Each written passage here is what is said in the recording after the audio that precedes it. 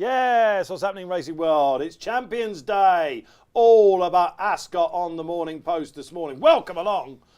Soggy out there, isn't it? We'll get the reactions, of course, of what it might be doing underfoot very shortly for you. All the markets are now set.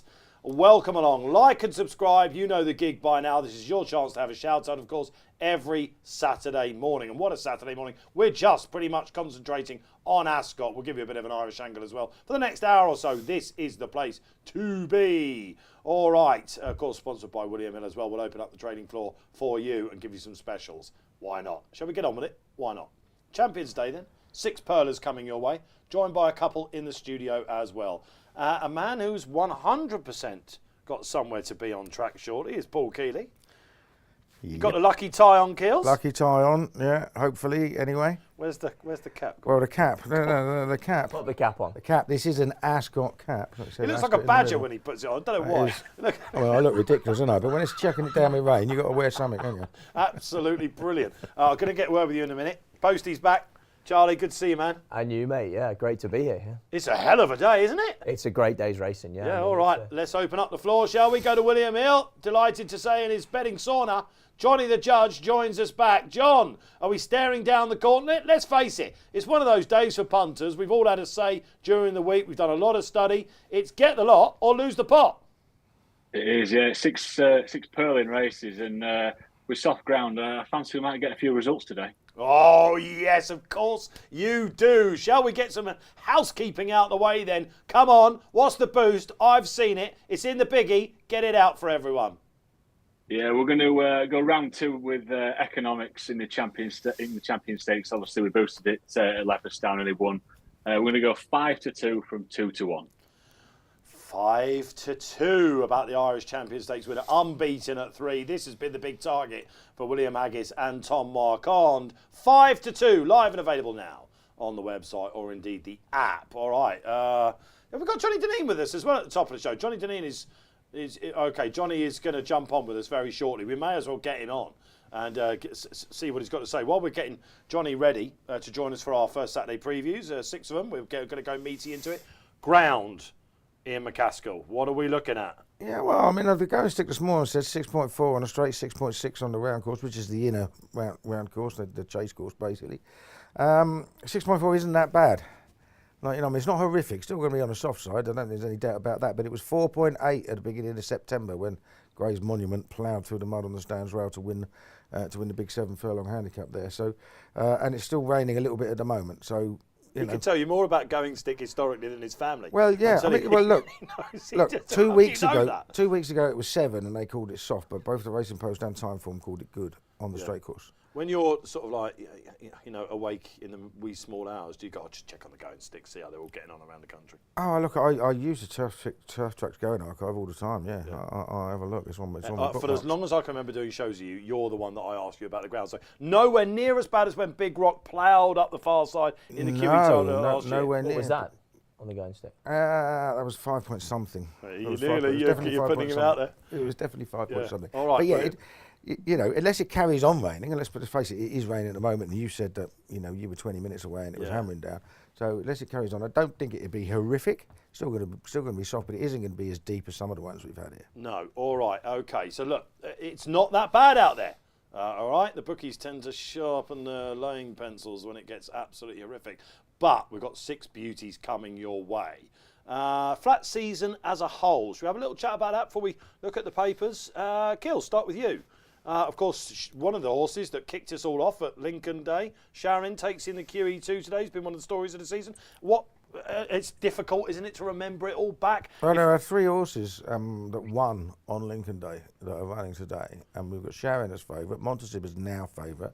Mr. Professor's been backed off the boards, the Lincoln winner, in the last. And, you know, isn't going to be far off favourite in the last. So there you go. So horses that have been on the go. But it's that time of year, isn't it? End of season, and you never know when they're going to fall off the edge. Yeah. You know, and that applies to Sharon more than anything because he's been, you know, he's running top company all the way. Yeah. Do you put that down to ground related or being on the go for the whole season? On the go for a whole season, like, you know, I think, and it doesn't, you know, plenty of horses carry on and they're fine, but You know, we do see horses just flop at the end of the season. Is it down to the individual, betting, Posty?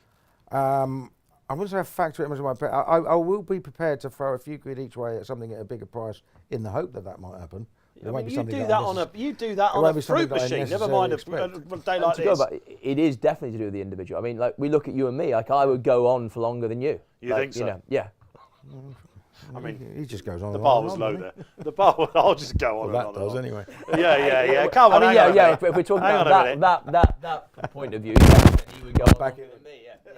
I guess that's why we're here, isn't it? All right, great to have you with us. Don't forget, like and subscribe. Let us know you're out there. What are your big naps today? What do you make of the boost? Play or lay? Economics. Johnny, let's come to you. Flat season as a whole. I think it's been a pretty good one. I mean, you go back to Royal Ascot. That, for me, would be the highlight of the year so far. It was an absolutely superb week. The weather was set fair. We didn't have one field lower than 8 runners from a bookie's point of view and personally as well. Yeah, I think it's been a cracking season. I think obviously Ascot on good ground, big fields is obviously the highlight. I think a few of the major races have been fairly punter friendly. Our nemesis City of Troy has cost us a fortune twice, obviously in the Derby and in the Juddmonte, which was obviously a fantastic race, and it'll be going for a hat-trick in the Breeders' Cup Classic. But I think the fillies have stole the show for me. I think 2 in particular, Porter Fortuna has been brilliant, and Blue Stocking. If you'd have told me she was an ARC winner this time last year, I'd have thought you were barking mad. But no, it's been a cracking season overall. Yeah, she's been tremendous. Yeah, and Johnny's right, isn't he? Whether it be the 2-year-olds or the 3-year-olds, the girls seem to have a bit of the sway. Aidan O'Brien, of course, going to be crowned at the end of the year. Of course, that's not today. 7th Flat Trainers Championship. He's trying to break his own record today. He's definitely going to break it. I think he's 8.3 with his top prize money hauls so far. He's on 7.9 now, so 250 potentially in the first with Kyprios. 8 potentially nearly in the biggie itself. We've got Los Angeles. That's an amazing Isn't feat. it 5 years since you had a winner here? Yeah, it's been a long time, isn't it? Here's the other thing as well. They seem to win all the races at Newmarket. They've been having a great year in the US and down under and all that sort of stuff. But one Charlie Appleby runner today. Yeah, that's crazy, that, isn't it? Muddy only had half a dozen at Royal Ascot as well.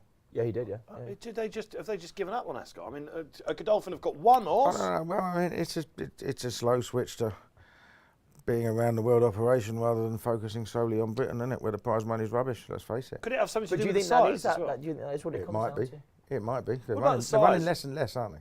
Fast ground size. I mean, notable speech obviously would have been the obvious one for the QE2, wouldn't it? But Yeah. he won't. We know he hates the ground. He's Exactly, going to yeah. go to the Breeders' Cup. Could it be something to do with the stock? Well, yeah, for sure. I mean, they in theory train plenty of Jabawis and stuff like that. I don't see them being a problem on slow ground, is there? So it's just one of those seasons because of course they've won the Champion Stakes, Yeah. Adayab, all that sort of thing.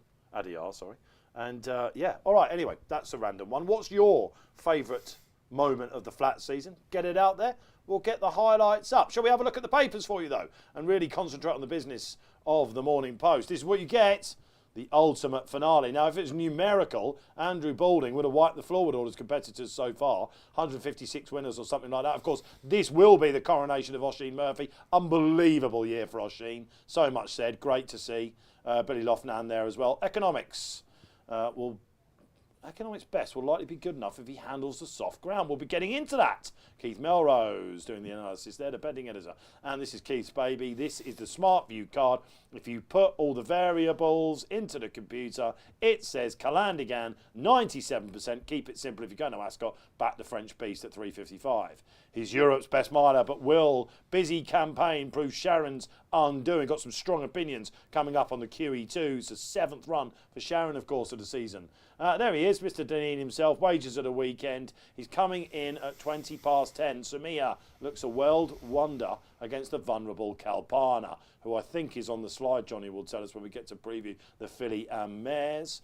Of course, good racing at the Curragh as well. We've got City of Troy's half-sister, I think, is going in. She will talk to Johnny about that. Tom Siegel comes on. We will give you, why not? We'll be generous and give you this preview content. Bavatier, of course, in the sprint. Factor Cheval, who looks like he's been hammered. Royal Rhyme on the ground. He'll love it, won't he? And something had to give, according to the prices with Tom in the big one, and carry the one. Already advised, of course, Juan Tanamera in the filly and mares, and Flora Bermuda, who I think has got a massive chance at big price to have a say in the sprint. And we'll give you the scissors as well, just to Remind you that audience can put on a show in Sprint Poser. So here's the sizzler himself. Audience at the top, Tiffany, Prague, et al. There you go. Ending with Mr. Professor as well. And of course, on Monday coming out, this is an absolutely unmissable pullout every year. 72 pages. That's usually about the average. Look, you see all the big names there. It's the big jump off, of course. The Mud and the Glory. Who's that, Posty? Is that Brennan? No. Who is it? Oh, is it? Evan Sheehan. We're trying to work out who it is. It's Patrick McGann's photo, we're being told. Whoever that is, they're caked in mud. You'll be caked in glory. And of course, we've got a lovely video coming out for that as well for you. Stick around on our YouTube page. It's just unbelievable stuff. All right, that is the jumps. But we don't care about the jumps right now. It's all about the flat. We're all champions.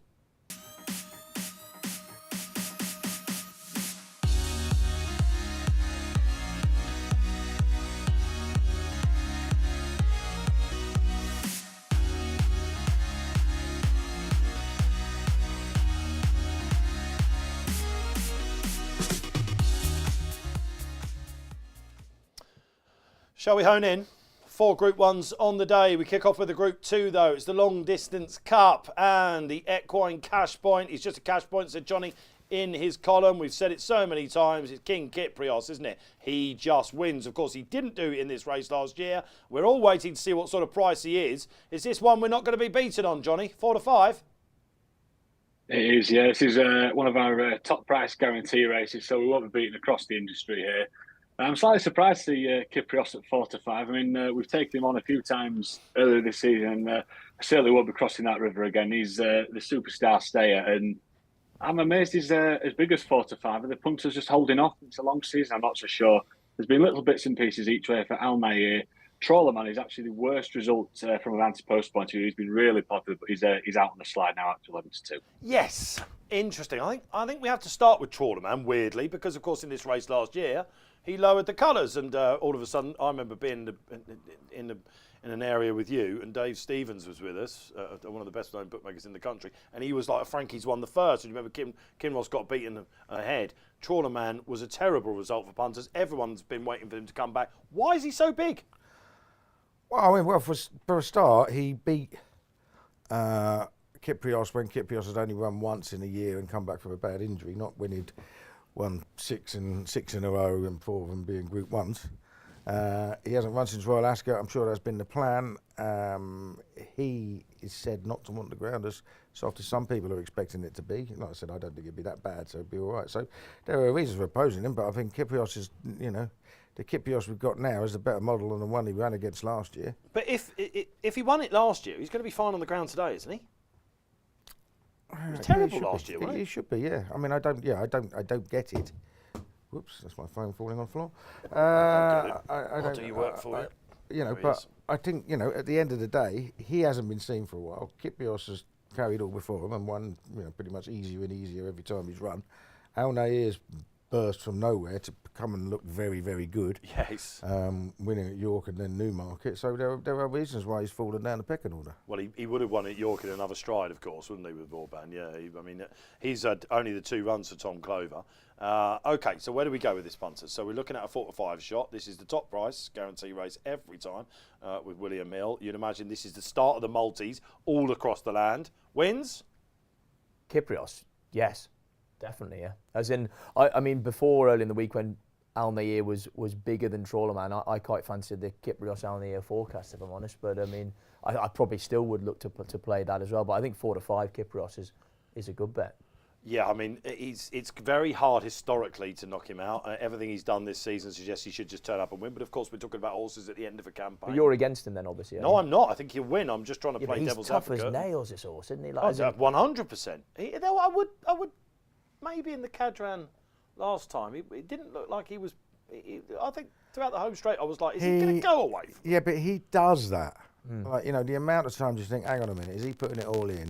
And then one more kids and them all out of him, and he suddenly wins easily. His first Gold Cup, I think he spiked massive. And they used to say that about the great stayers over hurdles as well, didn't they? They hold on a bit for themselves, and they hit their little flat. Punch they hit their little flat spots, and then they wake up and they say, yeah, okay, and they go away again. It's often the ones that go blast away that don't last as long, do they? Exactly, yeah. Like they're managing their own, themselves as well, just doing enough. Yeah, but I mean, this is his second unbeaten season, isn't it? I mean, he's done exactly the same as he did at 4, but now he's trying to go one further because he didn't come here when he was 4. Is he the best horse to have run in this race?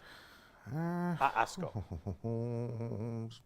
Probably yes. far off it, yeah. Yeah, all right. So we're in for a proper treat. I'd say so. Yeah, he's a cracking horse, isn't it? Yeah. And but he did get beaten in the race last year, and I know it was a different campaign. If anything, you could have asked he might have been a bit fresher then. But look, anyway, he's had a lot of runs. Here we are. Let's try and get the bigger price places then in, because again, there's only 4 outright favourites that have won this. We have seen some turn-ups, including last year. What do we like for the forecast, Kills?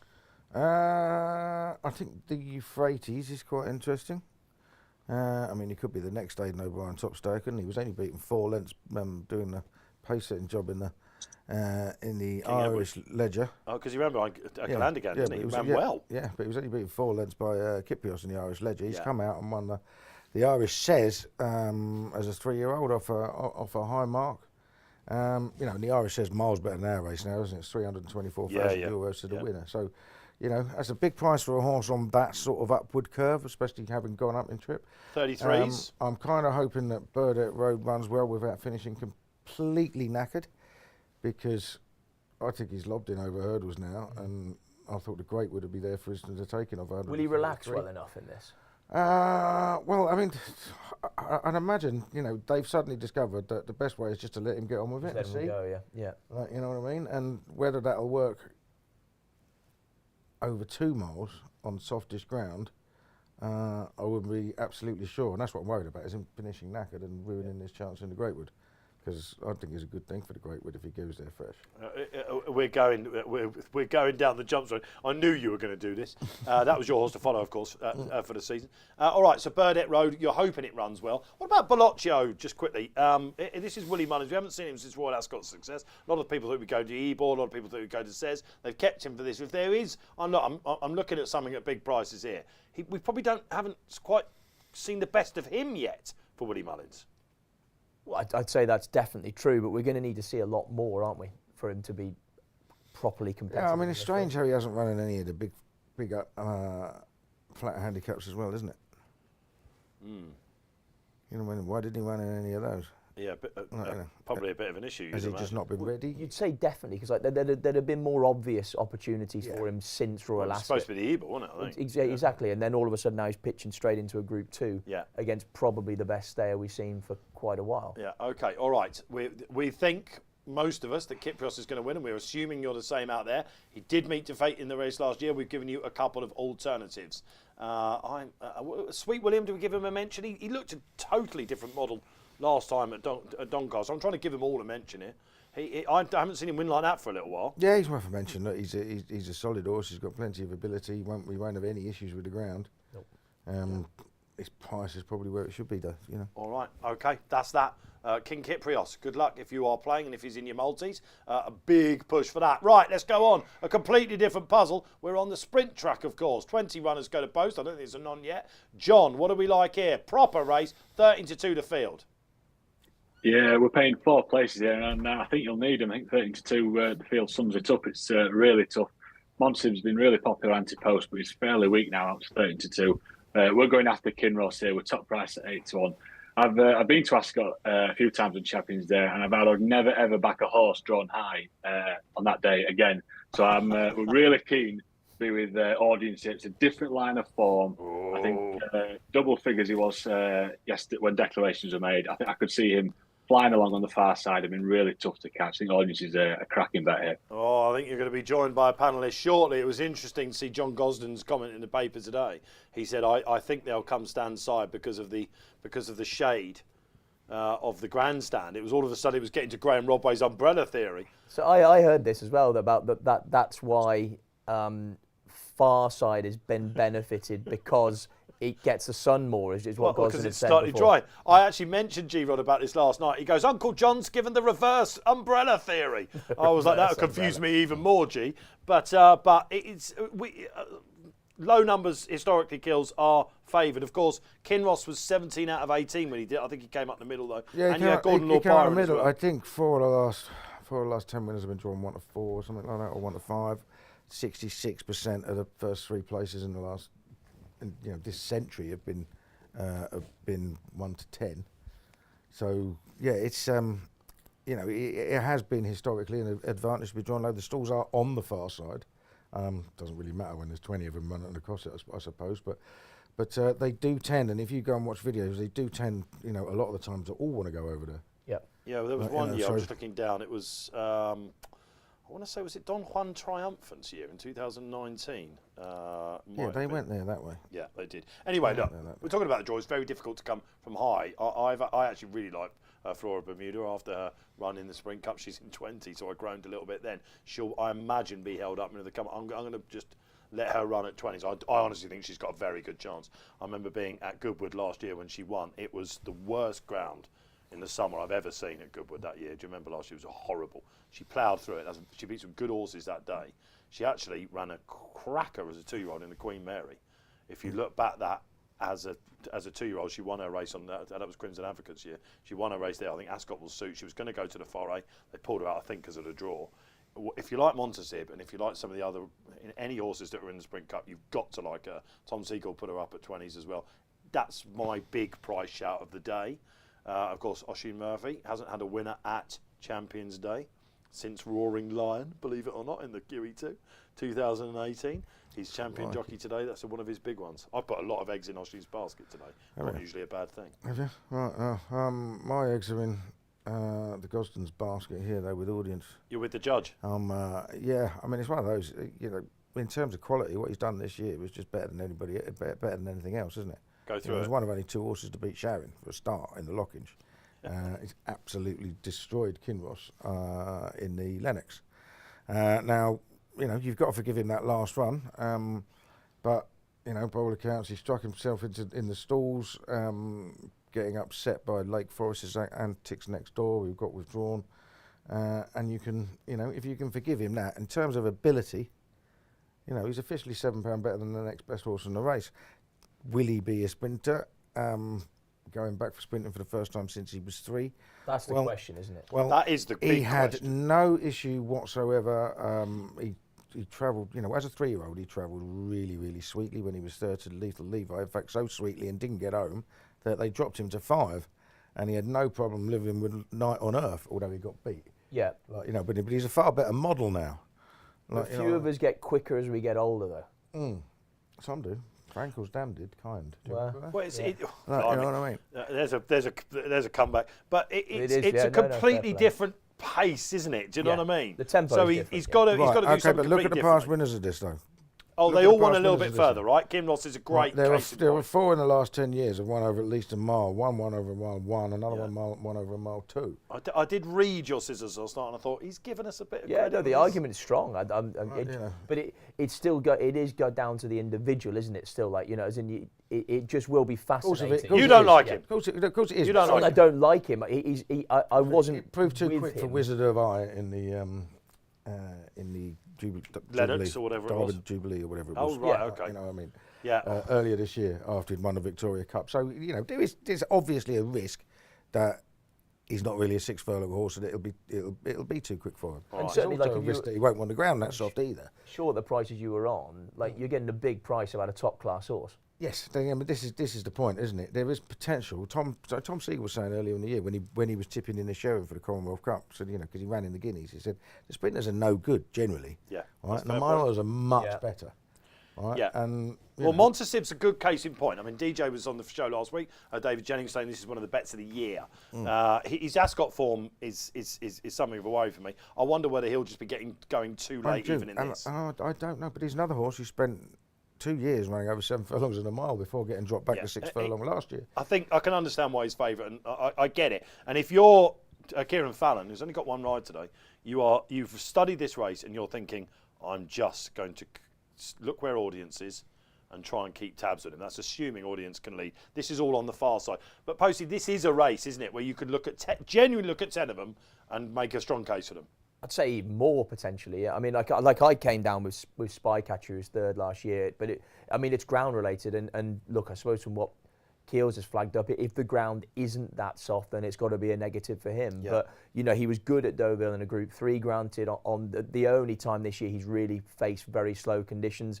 But it was more that at the time, I think he's 20 to 1 plus. I wanted to be something that I could back win and place, you know, because I think this is wide open. Let's go back to Johnny the Judge. I don't know whether Johnny Dineen might be around as well. Johnny, the elite status, when I was looking at this race yesterday morning, he was nearly 20 to 1, I think. Yet you're going 9s here. Yeah, it's one of the horses here, sort of sneakily shortened without sort of being put up anywhere. They might, you know, predominantly to do with the draw. But there has been a little bit of money for him. There has been money for Kind of Blue, which is a bit of a surprise. I mean, he's 17 to 2 from 12, and he obviously is drawn in 17. Is that a surprise? I mean, he's been bought by Wathnan now. He very nearly won the Sprint Cup. Wherever Montesip goes on that form, he's got to be there. And James Fanshawe knows how to win this. He's actually from the family of the Tin Man. It's not a surprise at all on form. It depends how much weight you put behind the draw, isn't it? Like if you can forgive the fact that he's drawn 17 and you don't put that as a problem, then Kind of Blue is a massive player in this. Surely he's yeah, I mean, listen, I've been following him. I backed him the last few times he's run, apart from at Haydock last time, and I was screaming at him not to win because I hadn't. But yeah, he keeps going forward. Like I said, he's from the family of Royal Ascot winners and Champions Day winners, and James Fanshawe knows what he's doing with straight sprinters at Ascot, doesn't he? Yeah, he does. Like, you know, when he gave this one an early entry when. You know, in Group 1s, I mean, he was straight out of novice company, basically, into the Commonwealth Cup, in which he was far from disgrace. So he ran very well in 4th, yeah. He knows his debut in April. Like, he should still be improving, this horse. Yeah, that's it all depends on whether there is a definite advantage. There might not be. Can you forgive elite status, Haydock? Because I loved it. I've been with He's elite your status horse, all really, year, isn't all he? year, but Yeah. I just don't see. Well, he where was drawn high, Keels, wasn't he, in the Sprint Cup? And most of the action, if you were drawn high, Yeah, see, wasn't really the place that to was be. a draw race, wasn't it? I mean, Yeah. Swing Along was the first home on the near side. She's got to have a massive chance. She's got to have a hasn't she? chance. Yeah, she you know, it's the first time she's finished out of 4 in a 6 furlong Group 1. That was that last time. In what She may well have thoroughly been a deserve draw it, race. yeah. Yeah, she does. Millstream's an unforgotten, you know, something of a forgotten horse. Yeah. He's got plenty of soft ground I mean, form. that's why it's 13 to 2 to field, isn't it? All right, so shall we ramp it up a bit and go across the Irish Sea and see where Mr. Dineen is currently residing? He's looking nice and relaxed for Champions Day morning, John. Welcome to the Morning Post party, old son. How are you, lads? How are things? Yeah, we're good as gold. We're good as gold. I saw someone do a parody of you, Johnny, on Twitter the other day. And, Yeah, that was funny. It was funny. I wondered how you would take that. Go and look at Twitter if you want. That was a good one. I like the jumper. Do you like the jumper in that one? Yeah, it was the cough that did me. You've already done 5 of them. All right, all right, Johnny. Talking of parody, is this a sort of like? Is this a comedy race to you? Everywhere you look, there are angles. I think so. I mean, look, this time of the year, like bad ground in Ascot, end of the season, horses running all the year. It's prime for. There's going to be a couple of upsets surely in the whole day. Anyway, things won't go according to plan. And look, I don't know. This look to me, it's 13 to 2 the field for a reason. It's wide open. Yeah, and you could make a case for a lot of horses. So, maybe audience. I'm only guessing that the low draw might be of benefit, and he might just get loose in the front here. It's coming back to 6 furlongs, and he may even stay there.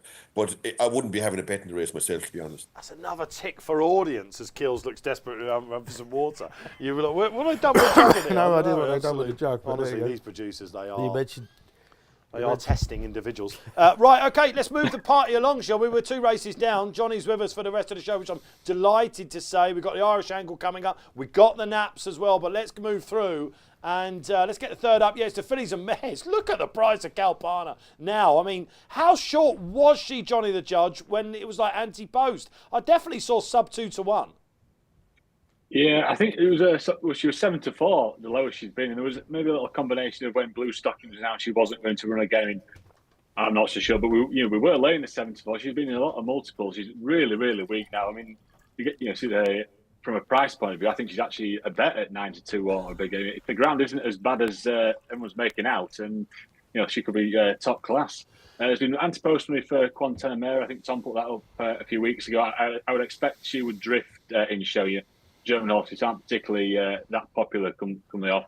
There's a couple of sneaky shorteners here that I can't see anyone's really put up anywhere. Doha was 25 to 1 on Monday. That is now 11. Wingspan was 20 to 1. That's now 10. Ooh. And there's been a good bet for Village Voice at 25 to 1 earlier in the week. Jesse Harrington saw. So I'll tell you what, let's go to Johnny Dineen. Johnny, up until recent years, this has been a good race for punters. Poptronic, a massive price last year in what was a very messy race. Two things, John, while we've got you. Switching to the inner track, it's a bit of a tighter bend, isn't it? Do you think this is going to be like a sort of bumper car race? And I know you've got an opinion on Alpana. Yeah, look, Calpana was put in too short, I'd imagine, and the ground is a complete imponderable. You'd nearly say she probably won't go on it if you had to say pick one or the other, whether she will or she won't. I'd be guessing that she won't. She has too much form on all weather tracks and things like that. That you'd say she probably won't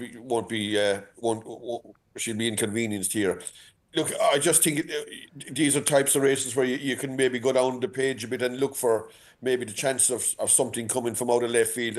I was given that a very good chance. Samiha, an Irish horse trained by Dermot Weld, I'd say she had a little pipe opener for this in Leopardstown.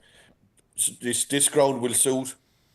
She's first time cheek pieces, and she's relatively lightly raced, and her and quite a few other ones have chances too. But I won't be shocked if I'll be shocked if she doesn't run well. To be fair, no, I do think she's a very good chance in a race that you could be. Like, I don't know much about Quantum Namir. I don't know anything about it, to be fair. Content's been running along for all the year, and Calpana's plenty running too. She ran in the first Newmarket meet of the season. Plus, she's the ground is against. But like, she's gone out to a price now where you can't really lay her if she's going to be 5 to 1, you know, that kind of way. But Samia was the one I was going to go with. All right, okay, that is drawn in 4. So Chris Hayes on, of course, and is meeting this at Dermot Weld, knows all about success at. We've got 9 to 2 to field here, race guys, and we're all seeing the ball big. Posty.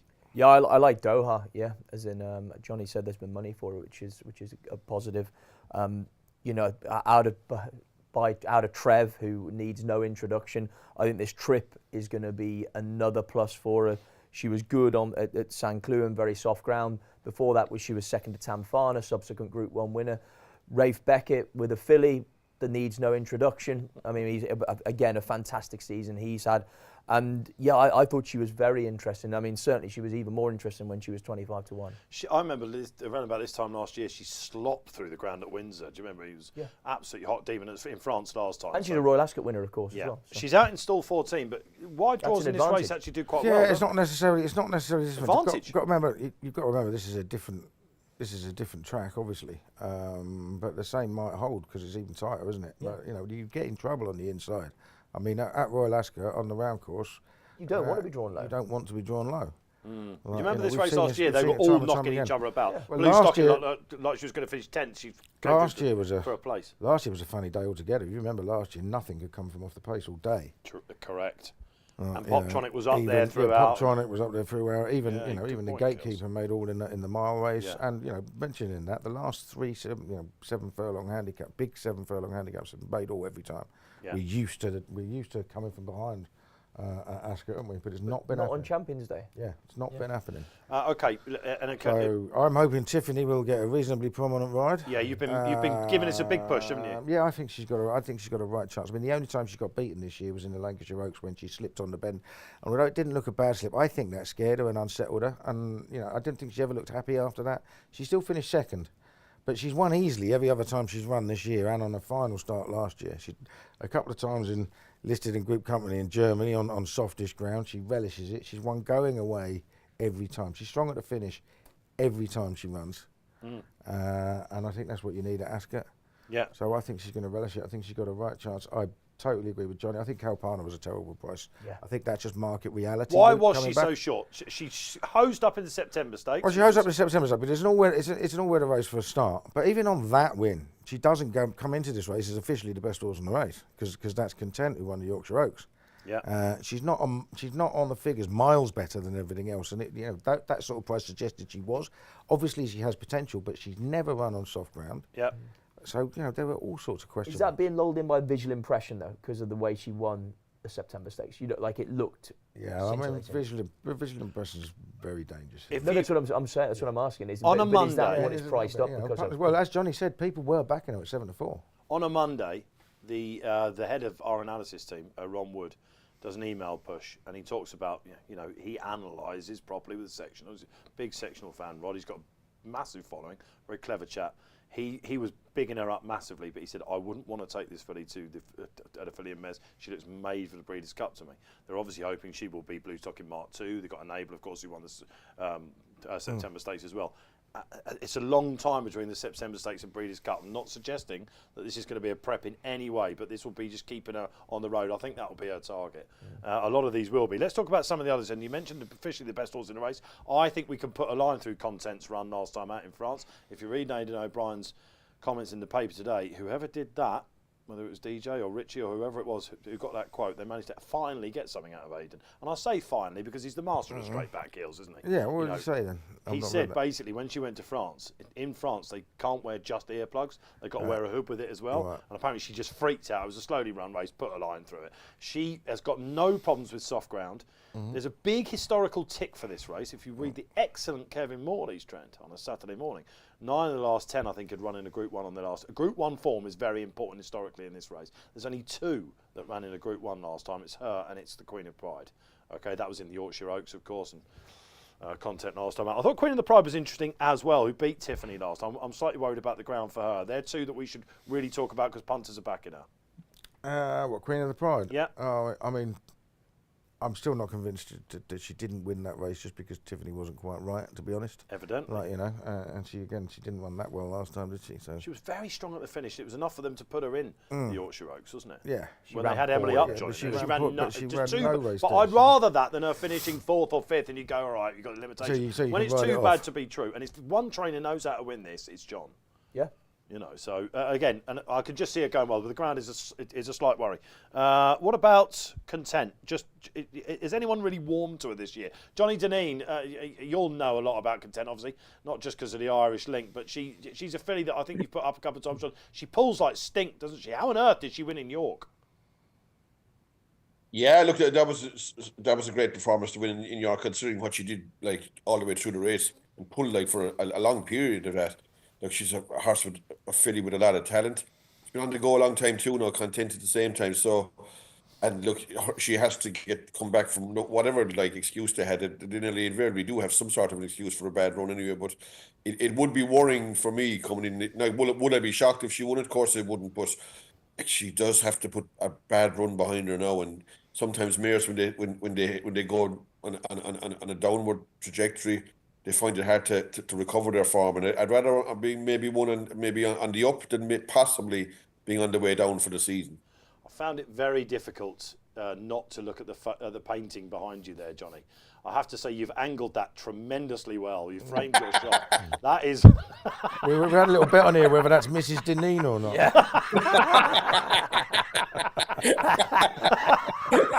Absolutely magnificent. Oh, God, we must move on. All right, and now every shot of John's going to be like, if you want to move, John, it's up to you, mate. That's absolutely fine. Yeah. Just angle your camera, mate. Really. Yeah, if you could just go up a bit, that'd be brilliant.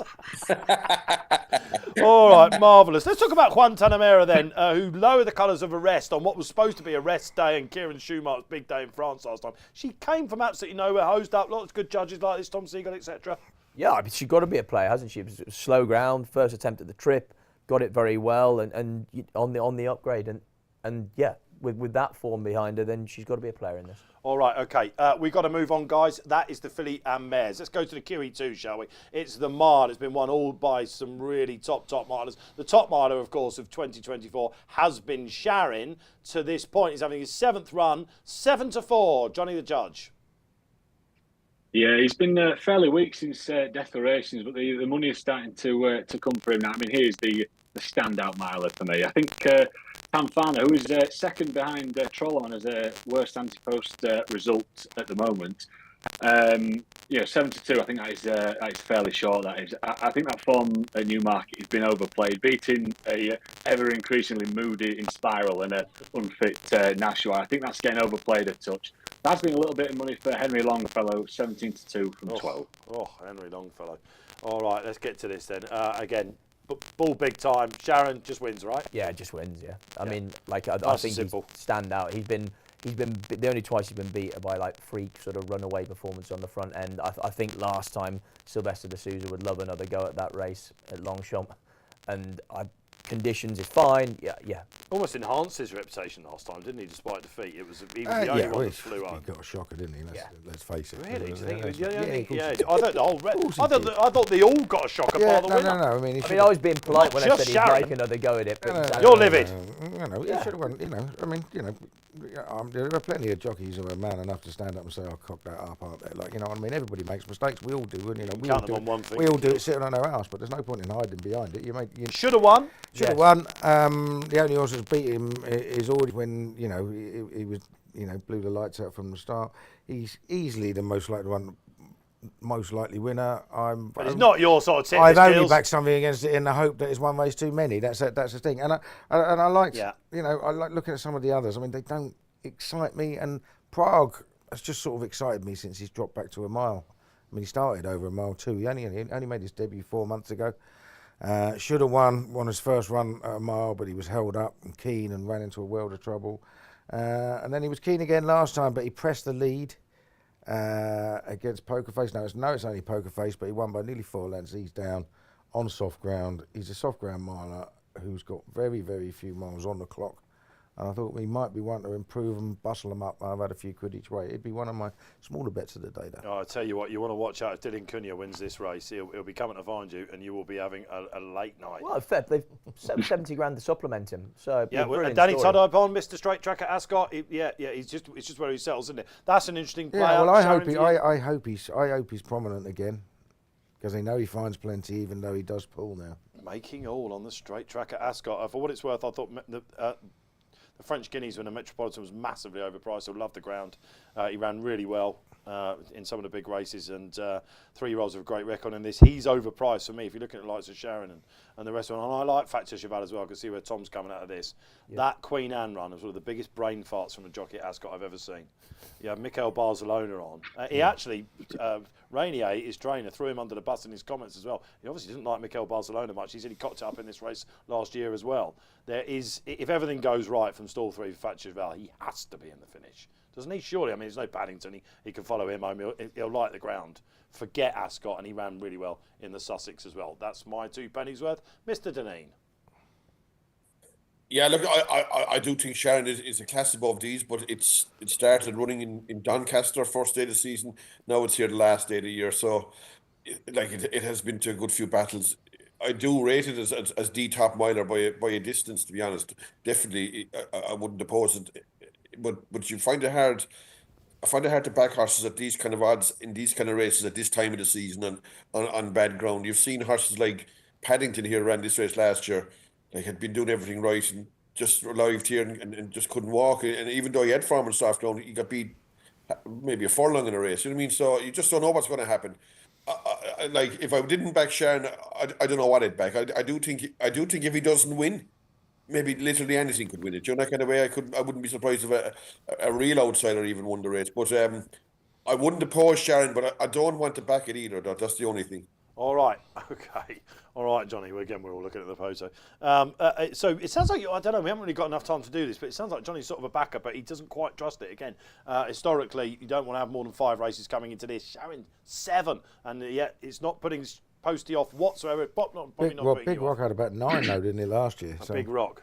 Yeah, that's still a bit of a freaky one, isn't it? Look what it did to him. All right, we've got to move on. It's the big one coming up next, the Champion Stakes, the epic duel. Sometimes in the media we get, falsely accused or indeed rightly accused of bigging these matches up. Ali, Fraser, whatever you want. Denman, Corto Star, I don't know, however we go there. This genuinely does look a right slogfest, though, to the 12 rounds, doesn't it? And Calandigan, it's pretty much one-way traffic with you at the moment, Johnny the Judge. And, of course, you've boosted economics. We have, yeah. I'm going to wipe that fact 2 off the board that we did at the start of the show. We're going to go 3-1 until 11 o'clock. He's really weak. Since 10 o'clock, we can't give him away, so we're going to be 3-1 in the boost now for economics. There is a little bit of interest for Calandigan. Being a French horse, is he going to be that popular at 6-4? I'm not so sure. There's been each way support for Los Angeles. He's 8-1, but this has got to be an afterthought. I mean, for me, he's up against it. We're playing top price guarantee here, so we won't be beaten on price. A couple at the outsides, I think, will hit the frame. Irisine and King's Gambit. Kills, let's come to you on this. Thanks, Johnny. This does look like one of those results throughout history that you look back on. It's a toss a coin who you're with. You know, at one point it was Frankel or Celebration. It was maybe Frankel or Dream Ahead. It was Cedar Stars or Fame or Glory. It was Corto Star. It was Demo. You always one that you like over the other. Is this one of those? And which one do you like? Well, I mean, funny enough, when it was 11 to 8 economics and 15 to 8 Calandagan, I'd have said Calandagan, but now it's 3 to 1 economics and 6 to 4 Calandagan. I'd go the other way round. I mean, I think that it's that difficult to choose between them. I mean, you know, earlier in the season, William Haggis was saying, he's going to be better on softer ground, and now everyone's starting to say, well, will he handle the ground? Like 100%. You know what I mean? It's just Yeah. it surprises me, but he is desperately weak, isn't he? Not being able to.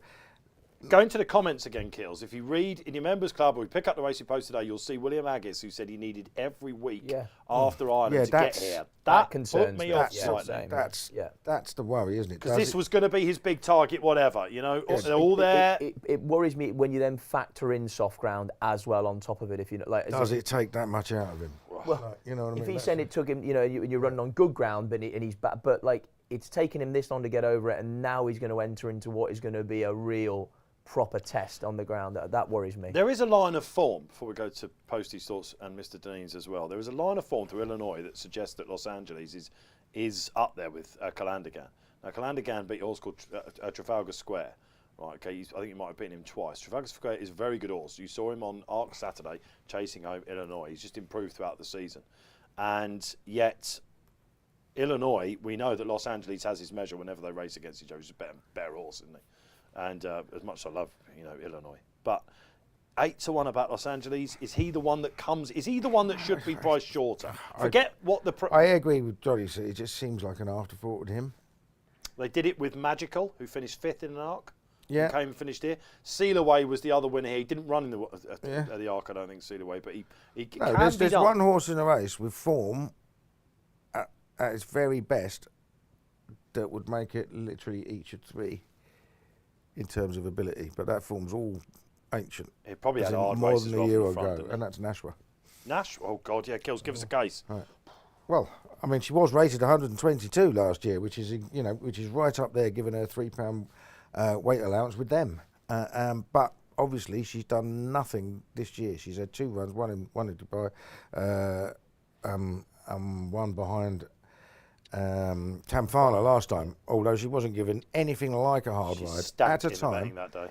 At a time when the vast majority of the Gosling horses were running stinkers. He had 5 winners in September.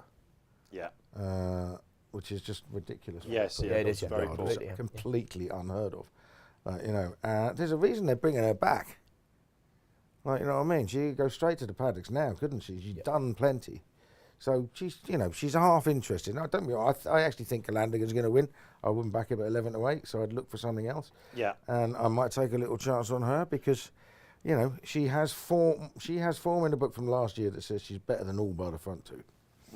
Okay, all right. So there's a flyer. Tom Siegel's done the same, of course, with Royal Rhyme. Calandagan or Economics?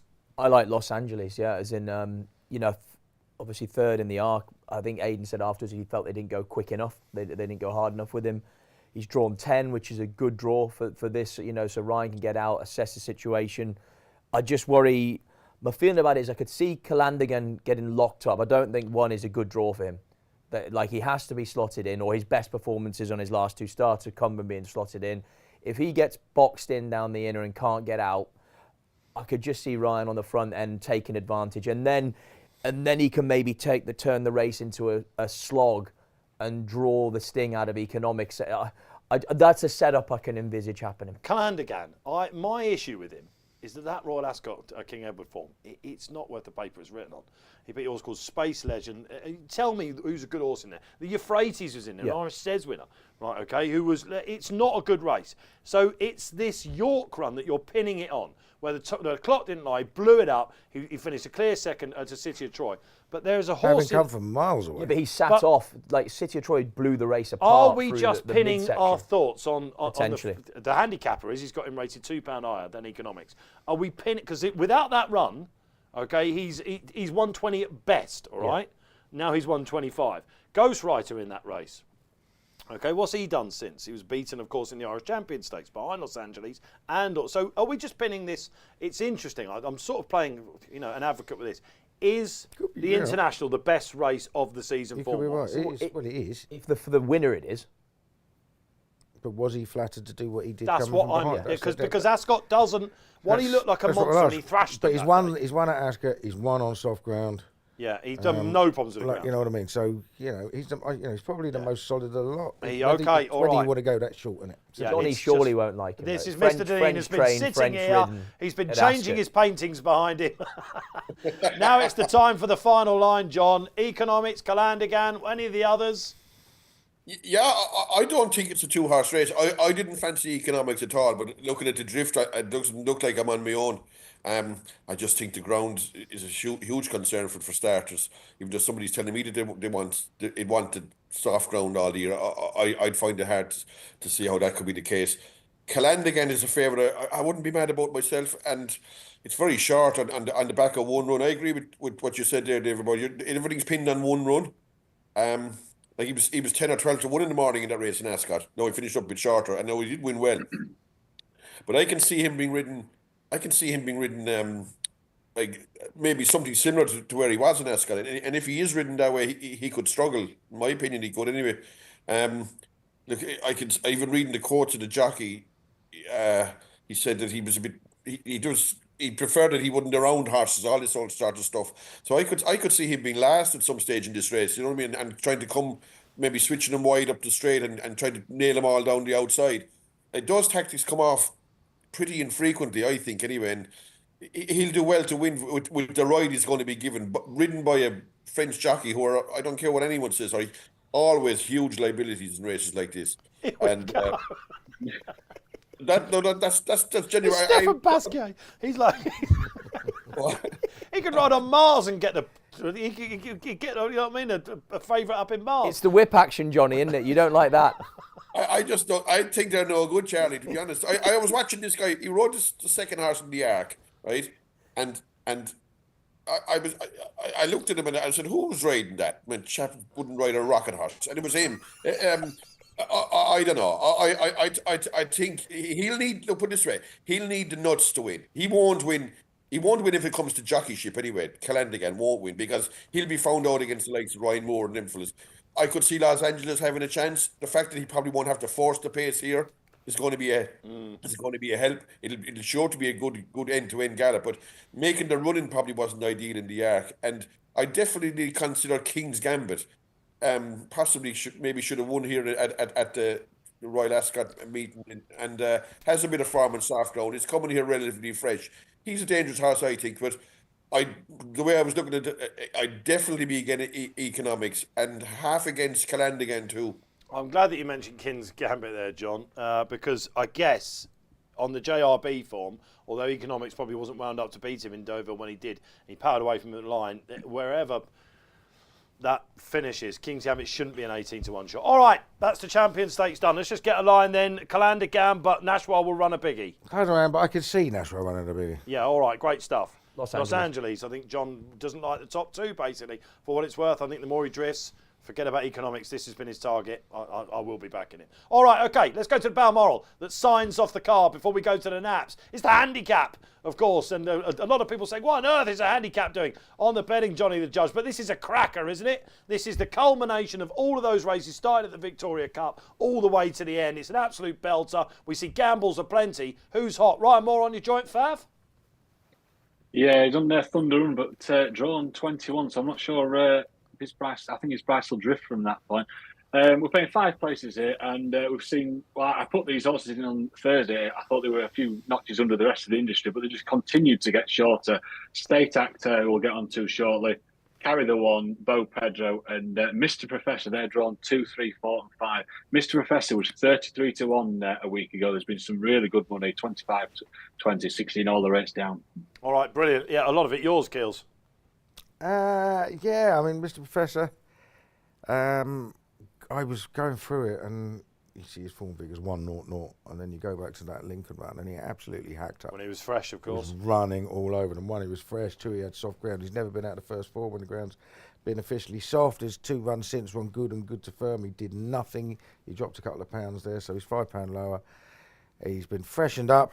He's obviously with an owner who absolutely craved success on the big stage and probably knew a long while ago that he wasn't going to have anything else at the meeting. So he's obviously been absolutely primed for it. He's probably got a decent draw with stall 4. You've got him and Days of Our Lives was the other one. I just like him. He's consistent. He's rarely, if ever, out of frame in a handicap. He got up on the line, and I thought a little bit snugly beat Liberty Lane last time at Doncaster. Liberty Lane just come out and won a Cambridgeshire and run second in the group race at Newmarket. So that's red hot form. He's only £4 higher than that, whereas Liberty Lane's at least £8 higher now than he was then.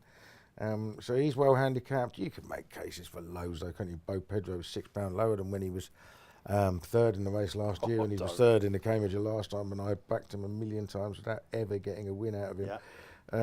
But yeah, there's plenty of others.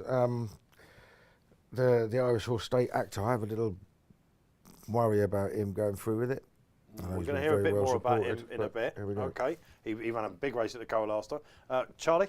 Yeah, I mean, I like State Actor, yeah, as in, like you said, the run in the Irish Cambridgeshire was excellent. He's a heavy ground winner as well. He's well drawn. He's only had 6 starts. There should still be more progression in him, like the right end of the handicap in this sort of race. And I thought he was, I mean, he's short now and his price reflects that. But I just thought he took an age to get past the eventual third. No, look, it's an interesting Having point. cruised up, like, you know what I mean? Took Christ, this was going to win, but he took an age to get past him, and then of course one the other side of him went past him on the line with He's more. been horse. very well backed. I'm just hoping that the ground today will be better for him than it was. Good ground the last day. That maybe that might help, but it's an interesting point. A bit more Chris Hayes on from stall 2. Johnny Dineen, the Balmoral. What do we like? Yeah, I like State Actor myself, to be honest, even though it's a tough race. I do think he, at the start of the year, you'd be thinking that he might have walked into maybe a group horse. Like, he won a few of them handicaps, and he won them apologising. And the fact that he's relatively fresh, he hasn't been burnt out for the years. I think it's about his 5th run is all. And he has the ground. He looks like, to me, like he has a good draw. You'll probably have an idea from the second race. And he's a horse that travels real well and is capable of making up ground in the last furlong, quite a good bit of ground. Like he'd be a horse that could come from 2 or 3 lengths behind with a furlong to go, because it's a long last furlong. You know, I know a furlong is a furlong anywhere, but in Ascot, it's the last furlong is always is a punitive one, and I could see him having a big say in a race like this. I'd be surprised if he's not on the premises. All right, okay, this is the Balmoral. It signs off the card. I've had a go at one here. Mexicali Rose. This will be a truly interesting winner. Joseph O'Brien, Maxine Guillon in. Last time she was in the handicap, or £5 low, she won the Galway Mile. Okay, that's big field handicap there. She'll love the ground, and watch her back in your members club. Last time in listed race, she flies home for third. How she gets third? It's a stiffer test here. She's drawn in 8. She will do for me. But what a race this is. I like Daisy Lives as well. You've got the Golden Mile winning there. Toymy's son. That's had a go at as well from Manuzio as well. And you've got Carry the One also. All right, great stuff. That is us done on the previews. You look at that golden 11 o'clock mile. Just to remind you, on Monday, you'll pull out the big jump off. We'll be with you. All right, do not miss that. 72 pages of absolute goodness. We switched to the jumps after this. Show will be back next Saturday. Join us for that. Cheltenham, of course, the showcase meeting. That is next Saturday. The video will be out tomorrow. Unmissable stuff, guys. As ever, is the pull out that you want. Okay, it's the Nats time. Delighted to say. Let's get these in. Johnny the Judge, let's get you up. Let's have a look at them and see what's been boosted. All at Ascot bar 1. That's Mr. Dineen. Take it away, John. Yeah, so we've got Content for Yourself. She's out to 13 to 2. Tiffany for Paul, 9 to 1. Serious Contender to Leopardstown for Mr. Dineen. That's 11 to 8. And then Charing, 15 to 8 for Charlie. I won't mind a bit. That's 15 to 8 myself. And then I'm going to go for State Actor in the last. I think this is it smacks like a long-term plan. Sneaking in at the bottom of the marker 95. Love that. Johnny the Judge, it's always an absolute pleasure, mate. This has been real good fun. Thanks for that. We wish you the best with this. Johnny, just tell us very quickly, Johnny Dineen, about Serious Contender at Leopardstown. Look, he's probably exposed a bit. He's 2 runs. It's no harm to have experience this time of the year in these kind of races. I can imagine him being on the bunny here. He was worn down by a horse, Emmett, or whatever you like to call it. That runs in the following race there against Trice and another horse of Aidan O'Brien's. The fact that that's gone into like kind of a group rare list or whatever that Killavolin Stakes is, it would suggest to me that I think a fair bit of Emmett, and like serious contender, while he looks kind of half vulnerable, I do think experience counts for a lot, and I'd expect him to be on the bunny here around last bend, and I'm hoping that he'll stay there as well, you know. Brilliant. You're getting what that a good price about that. Johnny Dineen, we'll let you go. It's always a pleasure talking to you, John. We'll let you go and get the easel out. Go and paint Mrs. Dineen again and put another one on the wall. Yeah, all the best. Bye-bye. All right, Kills, good stuff. You're off to Ascot. Yeah, I am. Just found out the train I need to get, it's been cancelled, so I'm going to try and rush and get the early one. I've got no chance of getting there in time. Good luck with that one. The heart will be pumping. Posty and lovely. Just feet up, watch the action. Yeah, I'll get you to drive me home, and then, feet up. Yeah, all right, okay. It's been great with you, all right, on the Morning Post. Like and subscribe, that's what it's all about. It's Champions Day at Ascot. All the sport out there, enjoy it.